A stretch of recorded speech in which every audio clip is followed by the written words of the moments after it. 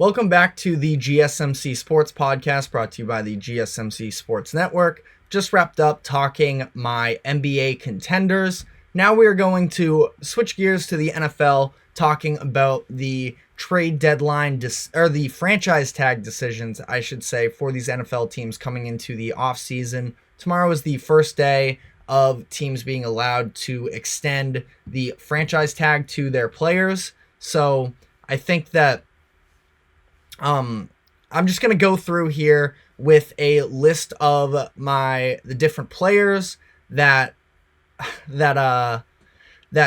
teams should have to make a decision on. We just got a comment from YouTube saying, I'd rather watch a basketball game in the Euro League or the German League or the Spanish League than the NBA All-Star game because it's not basketball.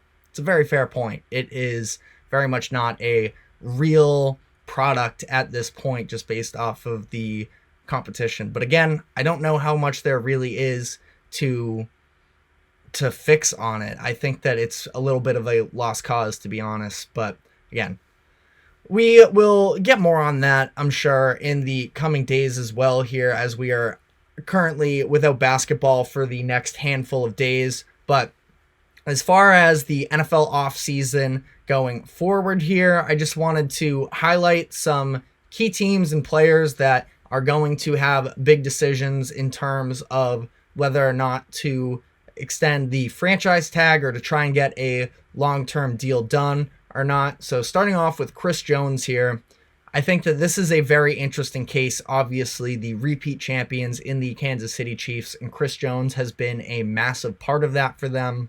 But we saw them last year be unable to work out a long-term extension, went into the year with a holdout, ended up restructuring the contract for the rest of the year, and as we saw at the Super Bowl parade, he wants to stick around, but it's a matter of how much is he going to be able to get from the Chiefs, because as we sort of highlighted, he should be on pace to make borderline record-setting money from an interior lineman position, but I don't know whether or not the Chiefs feel like that is something that they can afford to do with some of the money that's tied up in Patrick Mahomes and Travis Kelce. So it becomes a tough call. The franchise tag alone this year would cost $32.2 million. That's a lot of money to be giving up in, yes, just a one-year span, but it's not figuring anything out for them long term. It also sort of eliminates the possibility of, I think, at least them to be able to bring back L'Jarius Sneed in any way, their cornerback that has been an all-pro, and I think that that's a tough situation really as a whole anyways, regardless of Chris Jones. But I do think that the two sort of play into each other here. Chris Jones should be the priority for the Chiefs. They can get away a little bit with losing, at least be flexible to the idea of potentially losing Sneed because of the development that they've had with Trent McDuffie over the past couple seasons. So, it's an interesting conversation. I think they need to work out a long-term deal with him. Again, $32.2 million is a ton of money to cough up in just the franchise tag alone, and you're just going to be setting yourself up for a similar situation, I think, from last year, where, the way that Chris Jones is at this point, he's 29 years old. This is just about his last offseason to really cash in, and as one of the best interior linemen of his generation, he's going to want to take advantage of that. We saw the deal that Aaron Donald got after winning the Super Bowl with the Rams a couple years ago. Nick Bosa then broke that record again last year, but Chris Jones is a younger guy than Aaron Donald was at that point in his career, and could even say more impactful. Aaron Donald obviously is the class of all class in terms of interior linemen, but he was a little bit on the older end by then. Chris Jones has at least, I would say, 4+ years of playing really great football still. So it's going to be interesting. Again, I don't think that the franchise tag is the best option for them here. If you are just saying, we're going to go all in for this one last season, try and pull off the three-peat, and just worry about other things later, I guess you can sort of get away with that, but I think it would make more sense for them to work out the long-term deal now and make sure that you have that defensive staple on that side of the ball for the time to come. Next up, I have Saquon Barkley. It's interesting here because, Saquon, obviously, the talent level is absolutely there with him, but it's just a matter of A, staying healthy and being productive, and also B, what the current state of the Giants is. And I think that he was incredibly valuable for the Giants in that season a couple years ago where they make the playoffs. They win a playoff game. They were able to sort of resurrect Daniel Jones a little bit because Dable comes in and makes Saquon Barkley such a prominent part of their offense that it almost took a little bit off of Daniel Jones's shoulders, and you were able to get an incredibly productive season from him. But been dealing with injuries that's sort of been all through his career. Last year was dealing with some as well, was not able to get to 1,000 yards, I believe. And I think that at this point, the franchise tag for him would be $12 million. I think that they need to sort of prioritize other things on their team.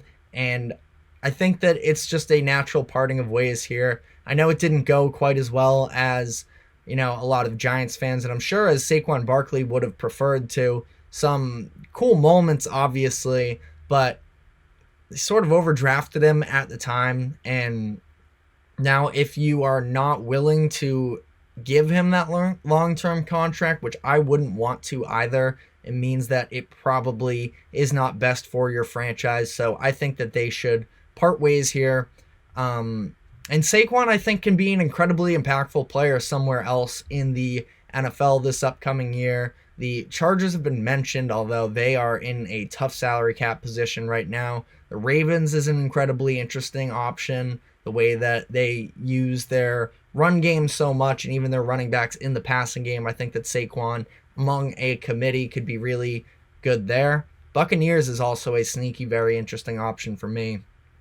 So we will see on that note. Next up, T. Higgins. I think that the Bengals should absolutely extend the franchise tag for him. Is it what he's necessarily going to want? Probably not. But they are among the top of the league in terms of cap space. You have Joe Burrow. His contract is jumping up to $10 million this year, taking the fifth-year option. Starting in next season, the 25-26 season, because next year's 24-25, so 25-26, it's going to jump up to $25 million plus. Through the 2029 to 2030 season, it's going to be $48 million in that final year.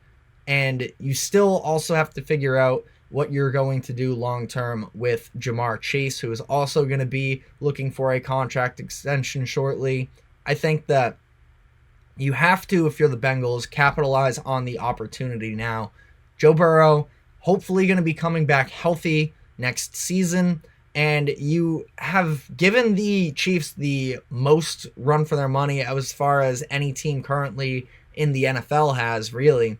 And I think that you sort of have to capitalize on this opportunity where this is the last year before Burrow gets really expensive. You have Jamar Chase before his contract extension as well. And while it obviously wouldn't be a bad thing to get T. Higgins on a long-term contract, I think that he's going to be asking for more money than they're likely going to be willing to pay. And if you get to a couple years from now and all your money is tied up between Burrow and two receivers, I think that that really hurts the rest of your roster. I would go with the franchise tag, try and make the most of this season. The money will still likely be there for T. Higgins a year from now as well, and you get another chance to sort of run it back with this core, because the Bengals were really hitting their stride before Joe Burrow got hurt about halfway through the season after coming into the year with that calf injury that was holding him back some. So I think that, going forward, this is the best way for them to handle it. Moving on to a name in Mike Evans with the Tampa Bay Buccaneers. We just mentioned them. They have a lot of cap space. It's really interesting to see how this is going to play out. He said that, Mike Evans that is, said that he wants to know whether or not Baker Mayfield is going to be back before committing to re-signing with the Buccaneers. You know, they've been off, Mike Evans and the Buccaneers have, on a number as far as their contract for a long time, dating back to early in the season. They pretty much knew they weren't going to come to a contract extension, and I think that Mike Evans, you know, not necessarily, but like a little bit trying to preserve his consecutive seasons with 1,000 yards. I mean, he wants to make sure that there's security in, I think he just wants to be playing winning football as well. He wants to be playing with a quarterback that can, you know, actually produce for him. He's dealt with a little bit of a roller coaster from the quarterback position throughout his career. And, you know, at this point, I mean, he has the ring, so it's not like that's necessarily it for him, but I don't think he wants to be wasting the final years of his career with sort of subpar quarterback play. Ultimately, as far as this goes, I don't think the franchise tag is going to be the way this plays out. I think they're going to re-sign Baker, and I think that they can work out a contract between him and the organization going forward. I think that would be a perfectly capable move. You don't get to see really receivers stick around, or players in general in the sports world stick around quite as long nowadays, and I think that it would be cool to see Mike Evans sort of end up as a lifetime Buccaneer. So if I were them, I would be trying to work out a long-term contract. Last couple names here. Justin Madubuike, the interior lineman for the Ravens. I think you have to keep him. They don't have a ton of room as far as financial flexibility. They are still not in the red, but only $13-14 million according to Pro Football Focus in terms of their cap projections. And, you know, it's interesting because with the Ravens here, obviously it ends up being a disappointing loss, but it feels like they should have, you know, capitalized on that year. And I still think that you do have a good amount of young pieces that are on that roster. And as far as their upcoming free agents, I don't think that they are necessarily all too handicapped. Now, again, it's not like you have a ton of salary cap to sort of navigate all of this, but I think that they can be competitive once again. And I think that Madubuike has been an incredible player for them over the past couple years, and they should be trying to run it back. I mean, again, the Chiefs weren't necessarily, you know, untouchable this year. I know that it feels that way a little bit after the way that it all played out, but the Ravens were, even in that game, they just couldn't get past themselves. So, gonna be interesting. As I look this up here, Patrick Queen is also an upcoming free agent, so that's something that is going to be tough. Geno Stone as well, and a couple linemen. So, I mean, they do have a good number of guys that they're going to have to figure it out here. I think that Madubuike is the one that they should, you know, try and get under contract at least for next season. Roll the dice, try it again, and sort of evaluate from there. And then the final name that I have on this list is Josh Allen, not the one from Buffalo, but the one from Jacksonville.